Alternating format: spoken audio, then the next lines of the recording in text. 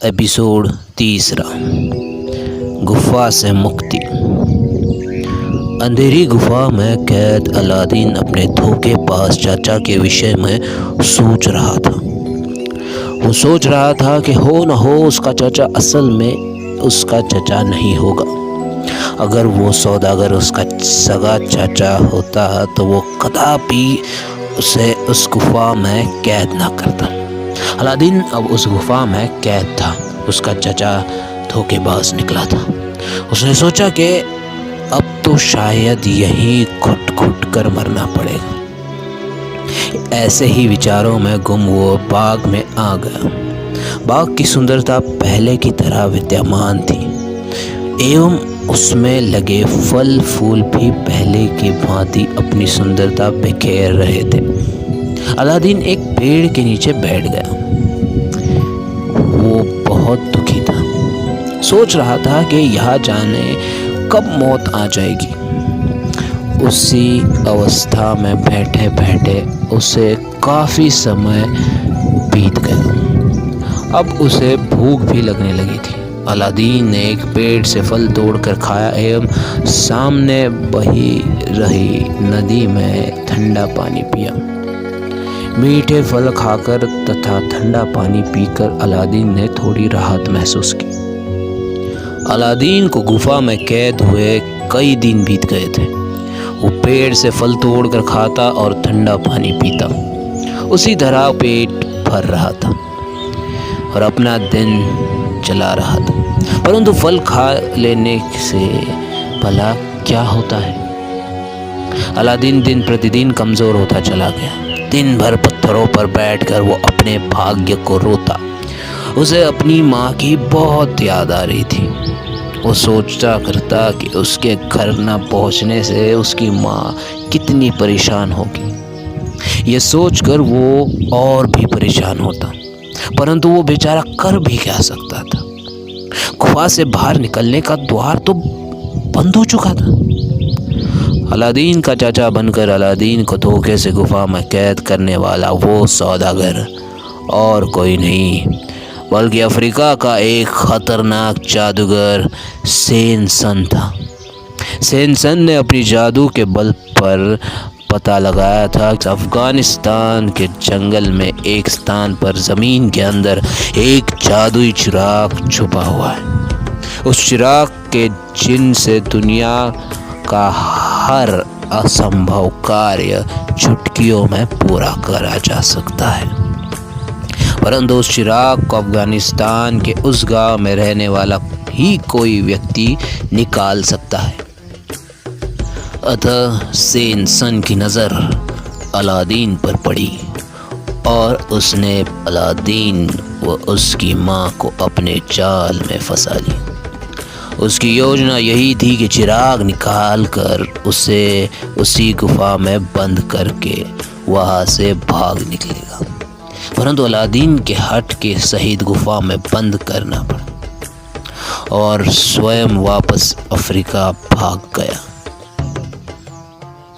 उधर अलादीन एक पेड़ के नीचे बैठा था। अपने जीवन के विषय में सोच रहा था। वो क्या था और ये क्या हो गया। उसने सोचा कि यूँ घुट घुट कर मरने से तो अच्छा है कि मैं यहाँ से बाहर निकलने का प्रयास करूँ। हो सकता है कि उसे कोई द्वार या द्वार को खोलने का कोई रास्ता ही नजर आए। ये सोचकर अलादीन गुफा में इधर उधर भटकने लगा। बाग के बाद की गुफा में उसे अंधार अंधार दिखाई दिया। मन से आशा की किरण ये अलादीन उस अंधकार में प्रवेश करने लगा। उस गुफा में अंदर जाने के बाद वो भटक गया। गुफा से घनघोर अंधेरा था। अलादीन अंधेरे के कारण इधर उधर गिर भी पड़ता था। अचानक एक घटना घटी। हुआ यूं कि अलादीन के एक स्थान पर ठोकर खाकर गिर पड़ा। सौदागर के अंगूठी से वो पहन रहा था एक पत्थर से टकरा गई। अंगूठी के पत्थर से टकराते ही एक धमाका हुआ तथा वहां एक भयानक शक्ल का जिन प्रकट हुआ। प्रकट होते ही उसने तेज स्वर में कहा, मैं आपका गुलाम हूँ मेरे आका। जिसके हाथ में ये अंगूठी रहती है मैं उसका गुलाम बन जाता हूँ।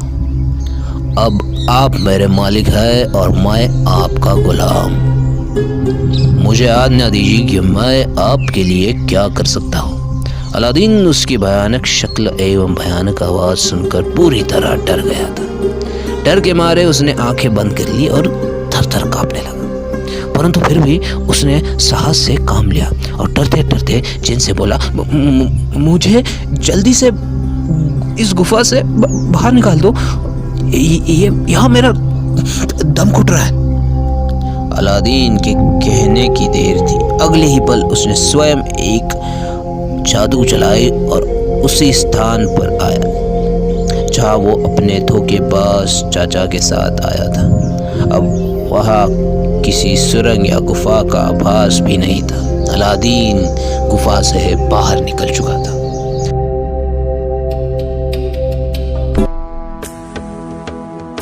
अलादीन हैरत भरे अंदाज में अपने आसपास देखने लगा। उसे विश्वास ही नहीं हो पा रहा था कि गुफा में कैद मैं कैसे मुक्त हो गया। वो जिन भी उसे कहीं नजर नहीं आया।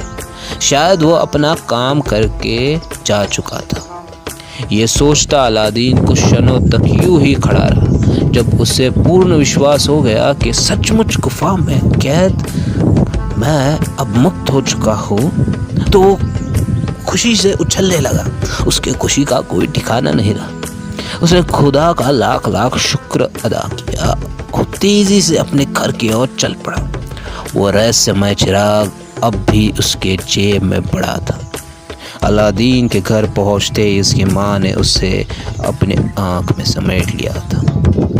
अपनी माँ से मिलकर अलादीन भी रोने लगा। उसने अपनी माँ से सारी आप बीती सुना दी। उसकी माँ अलादीन के चाचा के विषय में सुनकर हैरान रह गई। अलादीन ने अपनी माँ को वो चिराग और रंगीन पत्थर भी बताया। अलादीन को जोरों की भूख लगी थी। वो माँ से बोला तो उसकी माँ ने कहा, बेटा, इतने दिनों में राशन का सभी सामान समाप्त हो गया है। अलादीन हौले से मुस्कुराया और चिराग अपनी माँ को देते हुए बोला, लो माँ, ये चिराग पीतल का लगता है। इसे बाजार में ले जाकर बेच दो और खाने के लिए कुछ सामान ले आओ। मुझे बड़े जोरों की भूख लगी है माँ। उसकी माँ चिराग लेकर बाहर जाने लगी। तभी अलादीन ने पुकारा, जरा ठहरो माँ, मैं इस चिराग को अच्छी तरह साफ करता हूँ। ये बहुत मैला कुचैला लगता है। शायद साफ करके इसकी कीमत और बढ़ जाए। दोस्तों, ये था द अरेबियन नाइट्स का एपिसोड 3। एपिसोड 4 में हम आपको बताएंगे कि अलादीन और उसके चिराग के साथ क्या होता है। तब तक सुनते रहिए, सब्सक्राइब कीजिए, फॉलो कीजिए createyouraudios.in। Thank you.